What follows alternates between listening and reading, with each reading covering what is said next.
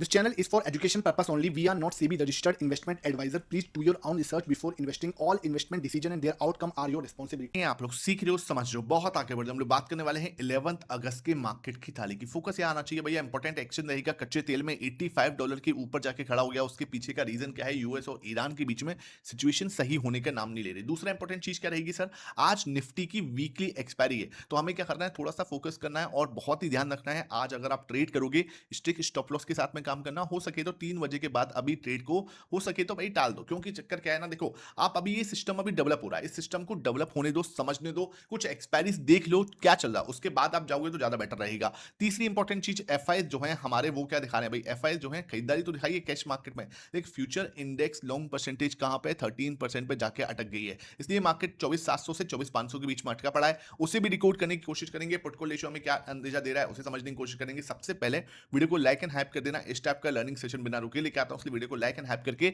शुरू करते हैं आज का ये सेशन। सबसे पहले आपको देखना है कि कच्चा तेल कहां पे? $88 पे आ गया भाई, 87 से भी ऊपर चला गया, $88 पे जाके खड़ा हो चुका है। रीजन क्या है सर? रीजन सिंपल है कि यूएस और ईरान के बीच में जो मैटर है वो सॉल्व होता हुआ नजर नहीं आ रहा। पहले तो क्या कह रहा था? ईरान बोल रहा था, पहले ईरान ने क्या बोला कि हम क्या करें, आप हमें मुआवजा दो, इतना बड़ा आप युद्ध लड़ रहे हो, इतना बड़ा वॉर आपने किया, हमारे लोगों की जान गई है, हमारा बहुत ही नुकसान हुआ है, उसका आपको क्या करना पड़ेगा? हमें मुआवजा देना पड़ेगा। अब यूएस भी मांग रहा है भाई। अब यूएस मतलब क्या समझ रहे हो कि अब इनके बीच में सिचुएशन जैसे बोल रहे थे ना डील होने वाली है, वो और ज्यादा खराब होती हुई नजर आ रही है। हाँ, लेकिन अब क्या है, एक चीज समझ में आई है कि मिलिट्री एक्शन लेने के पक्ष में नहीं दिख रहे ट्रंप। अब वो क्या है, फाइनेंशियली लॉस देने के, इकोनॉमिकली लॉस देने के उनको दिमाग में चल रहा है कि हम क्या करेंगे, इसको इकोनॉमिक डैमेज देने की कोशिश करेंगे। ऑलरेडी यार 15 साल से आप इतने उनके ऊपर जैसे बोलते हैं ना, को लगा रखे हैं। अब देखो यहाँ पे क्या बोल रहे हैं कि I see the representative of Iran, तो ईरान के लिए बोला उन्होंने कि हम ये क्या कर रहे हैं, ये हमसे क्या मांग रहे हैं? आपके सामने देखो, क्या है, कंपनसेशन मांग रहे हैं, ठीक है, for the damage done by during the last 5 month military conflicts started because of they will not have a nuclear weapon. अब क्या करें, हम भी क्या करते हैं, but it is interesting idea because now I am likewise demanding compensation from Iran. भाई मैं भी क्या करूंगा, मैं भी डिमांड कर रहा हूं कंपनसेशन की। अब इस तरीके की सिचुएशन जो है यहाँ बनी हुई है, दोनों देश जो है आपस में एक दूसरे से कंपनसेशन मांग रहे हैं, ठीक है। अब ये कहीं ना कहीं एक जैसे बोलते हैं ना कि अब ये निपटारा हो रहा है, सिचुएशन और खराब हो रही है, हमें देखने वाली बात है। अब देखो निपटारा हो या नहीं हो, कच्चा तेल आपका $85 से कहां चला गया? $87 पे।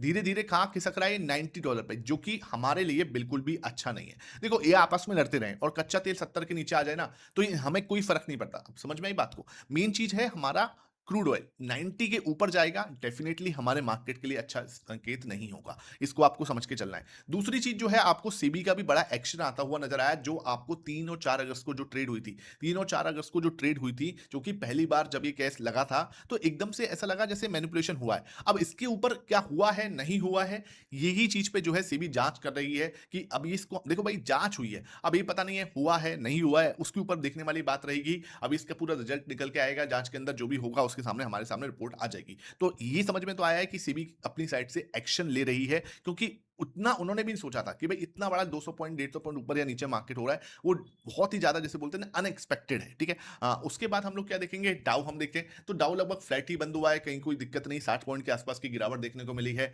नेस्डेक पे आ जाओ, नेस्डेक आपका 85 पॉइंट गिर के बंद हुआ, तो यूएस मार्केट भी सुस्त दिख रहा है। हमारा मार्केट अकेला सुस्त नहीं, यूएस मार्केट भी आपको यहाँ पे सुस्त ही दिखता हुआ नजर आ रहा है। उसके बाद आ जाओ यहाँ पे आप यूएसडी आईएनआर 95.40, मतलब हमारा जो रुपया है वो फिर दोबारा थोड़ा सा कमजोर होता हुआ नजर आ रहा है। ऑब्वियसली बात है, $87 पे हमारा क्रूड जाएगा, तो ये 95.4 पे जाना एक स्वाभाविक सी बात है। मुझे तो 96 लग रहा था, लेकिन अभी भी 95.4 के पास में, तो ये मेरे लिए थोड़ा बेटर ही दिख रहा है। मतलब अगर मैं कंपेयर करूं कच्चा तेल से, तो ये हमारे लिए थोड़ा सा बेटर ही है। अदरवाइज ये 96 के ऊपर जा सकता था, लेकिन अभी भी ये 95.4 के नीचे है। चलो भाई ये, लेकिन हाँ ये ध्यान रखना कि अच्छा नहीं है, इसका बढ़ना बहुत ही नेगेटिव है।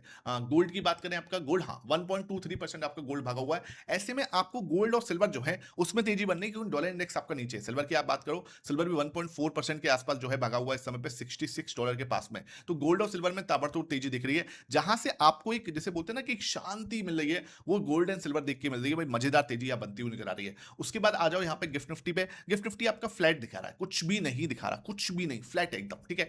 ऐसे में अगर मैं इसको प्राइस सेक्शन में समझने की कोशिश करूं, उससे पहले हम लोग पुट कॉल रेशियो देख लेते हैं। पुट कॉल रेशियो 0.84 पे कहां देख रहे हैं सर हम इसको? ये हम देख रहे हैं 915 पर। आप इसको एक्सप्लोर कर सकते हो, एडवांस ट्रेडर्स के लिए बनाए गए टूल है, जहां पे हम struggle chart, chart, heat map, strategy builder, है ना, ये सब चीजें, ओआई चेंज है, ओपन इंटरेस्ट है, ये सब चीजें यहाँ पे बिल्कुल अच्छे से ट्रैक करते हैं। 0.84 का पुट कॉल रेशियो है, कंप्लीटली बैलेंस दिख रहा है, कहीं भी कोई इसमें दिक्कत वाली बात हमें नहीं नजर आ रही। अब हमें यहाँ पे 15 मिनट चार्ट पे आते हैं, तो 15 मिनट चार्ट पे मुझे क्या समझ में आ रहा है, ये देखो आपके सामने बिल्कुल जिसे बोलते हैं ना फ्लैट दिख रहा है ना, मार्केट हमारे यहाँ पे फ्लैट ओपनिंग के संकेत दे रहा है। 24,600 के पास में हमारे पास रजिस्टेंस है। देखो ये जो जोन है ना, यहाँ पे रजिस्टेंस आपको दिख रहा है ना, इसको मैं ब्लैक कर लेता हूँ। यहाँ पे आप देखोगे ना, ये रजिस्टेंस है, ये रजिस्टेंस है, आपके पास में रजिस्टेंस जोन है, ये अगेन रजिस्टेंस है, यहाँ पे भी सपोर्ट है, ये सपोर्ट है। अब देखो ये जो जोन है ना, मेरे लिए वो नो ट्रेडिंग जोन है भाई, इसके अंदर ना बस वो फंसाने का काम करेगा। ऑप्शन सेलर्स जो है यहाँ पे अपना जो है वो अपना प्रीमियम गलाने का काम करेंगे, ठीक है। ये मुझे लगता है ये नो ट्रेडिंग जोन है, जहां पे मार्केट फंसा रह सकता है। मेन मूव कब आएगा? अब या तो आप इसको क्रॉस करो, कौन से लेवल की बात कर रहा हूं मैं, बात कर रहा हूं 24,640 की। 24,630 अगर ब्रेकआउट होता है, 30 से 40 के बीच में अगर ब्रेकआउट मिल जाता है, यहां पे हमें अगर ब्रेकआउट मिलता है, क्योंकि बैंक निफ्टी के अंदर बहुत अच्छा ब्रेकआउट मिल रहा है, वो मैंने कल शाम को 5 बजे वाली वीडियो में कवर कर दिया था। अगर सर इसका ब्रेकआउट मिलता है, हमें एक शार्प मूव देखने को मिल सकता है, कहां तक का, 680 से लेकर 700 तक।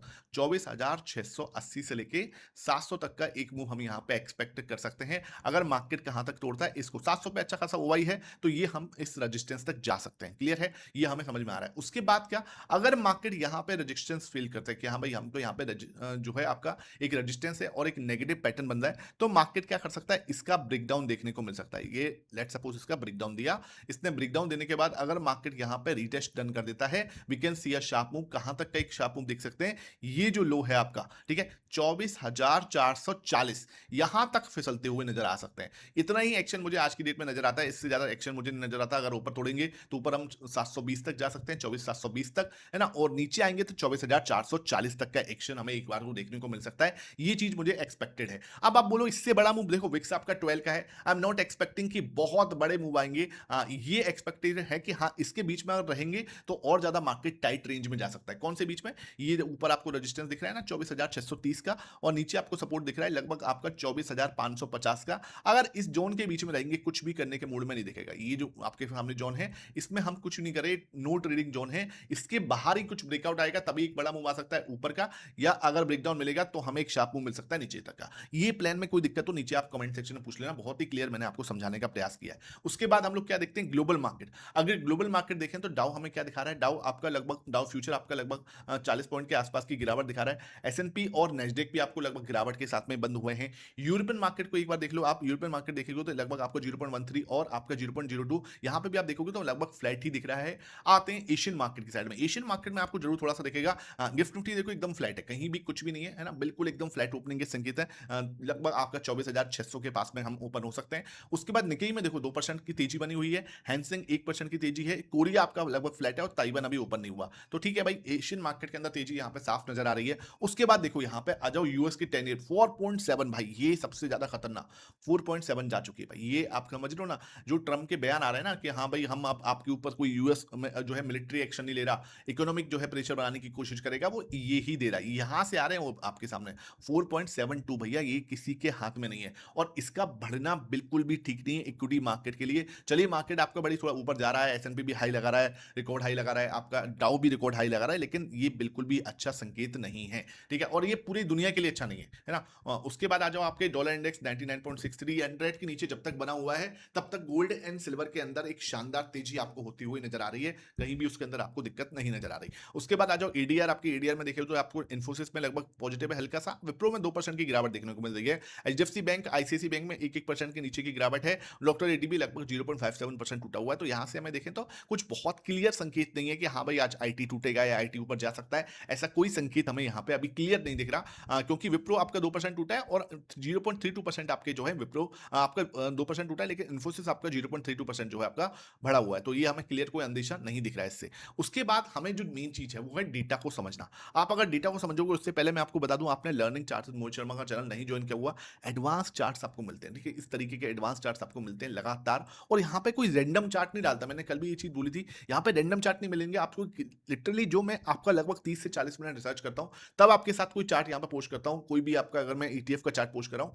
तो वो आपको बेस्ट तरीके से मिलता है, ठीक है। लिंक आपको डिस्क्रिप्शन बॉक्स में मिलेगा। सैटरडे सैटरडे आपको मेंबर्स ओनली सेशंस मिलेंगे, संडे को आपको क्यूएनए सेशन रहता है, ठीक है। आप जाके ज्वाइन कर सकते हो, लिंक डिस्क्रिप्शन बॉक्स में या मेरे व्हाट्सएप नंबर पे आप मैसेज करोगे 8949995662 पे, तो आपको क्या है मैं यहाँ पे लिंक शेयर कर दूंगा, ठीक है। अब मेन चीज आपको समझनी है डेटा, हमें डेटा अगर समझना है तो क्या समझ में आ रहा है, देखो अगर मैं प्रो का डेटा देखूं यहाँ पे मुझे क्या समझ में आ रहा है, देखो एफआईएस ने यहाँ पे खरीदारी नहीं की है, देख रहे हो कैश मार्केट में खरीदारी की है लेकिन यहाँ बिकवाली की है, समझ रहे हो 0.34% की। अब इससे हम क्या अंदेशा लगाएं कि सर ये बहुत छोटी बिकवाली है कोई भी डिसीजन बनाने के लिए। 12.57 जो है बिल्कुल ही एक मिड जोन में खड़े हुए हैं हम।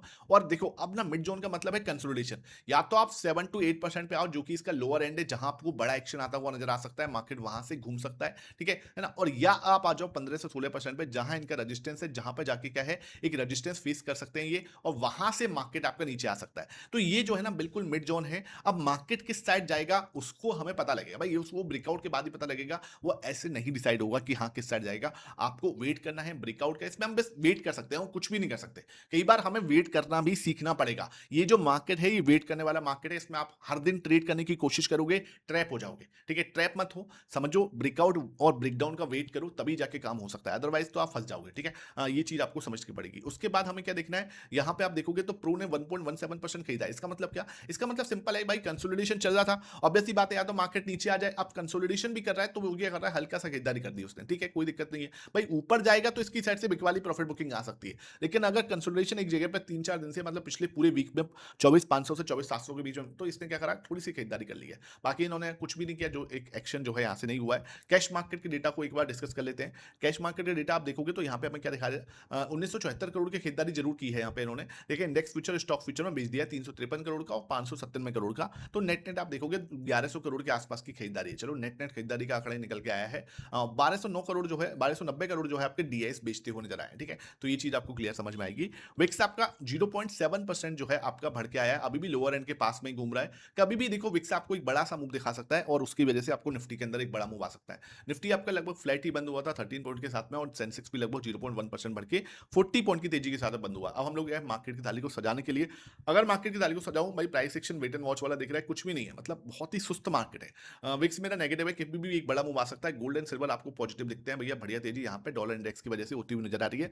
एफआईएस मुझे क्या देख रहे हैं, एफआईएस मेरे लिए अभी भी पॉजिटिव है, डीएस मेरे लिए पॉजिटिव है, प्रो मेरे लिए नेगेटिव है, बेच रहा है सर ये, है ना, ऊपर जा रहा है तो मार्केट कच्चा तेल नेगेटिव है। पुट को रेशियो हमारा 0.84 बैलेंस दिख रहा है, वेट एंड वॉच है। पी रेशियो पॉजिटिव है आपके सामने। उसके बाद यूएस मार्केट आपका वेट एंड वॉच दिख रहा है, एशियन मार्केट आपको थोड़ा पॉजिटिव दिख रहा है, और यूएसडी आईएनआर अभी भी नेगेटिव है। 4 नेगेटिव टिकर आ जाएंगे आपके सामने, 3 वेट एंड वॉच वाले टिकर हैं, और आपके पास में 6 पॉजिटिव टिकर है। आई होप ये वीडियो पसंद आई हो, वीडियो पसंद आई है लाइक करना, शेयर करना। Thank you for watching this.